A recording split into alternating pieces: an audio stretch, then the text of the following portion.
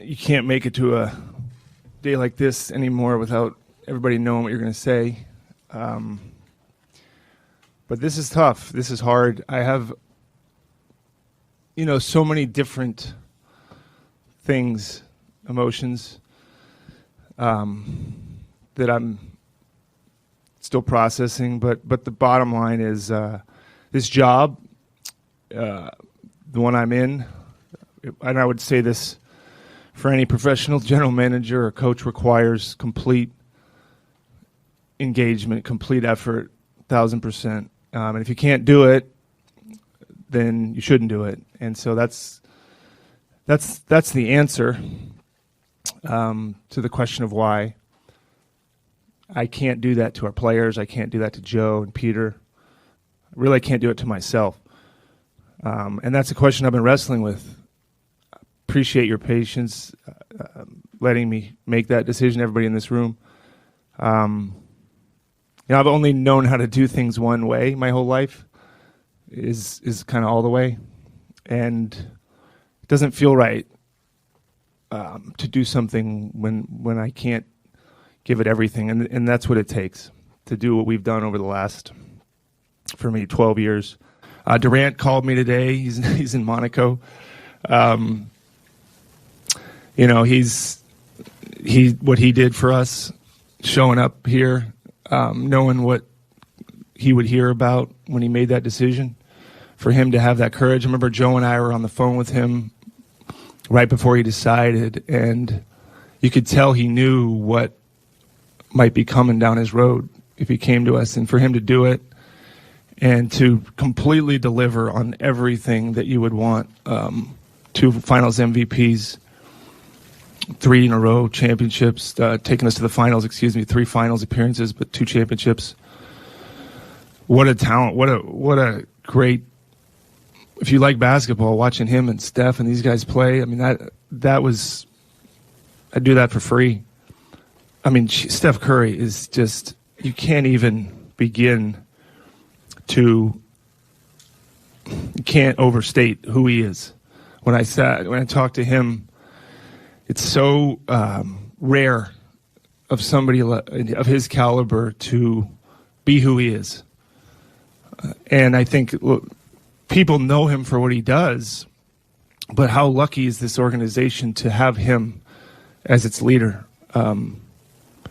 And for me to get to watch him be that guy for my whole time here, what a gift to me. And that's one I could never repay, ever.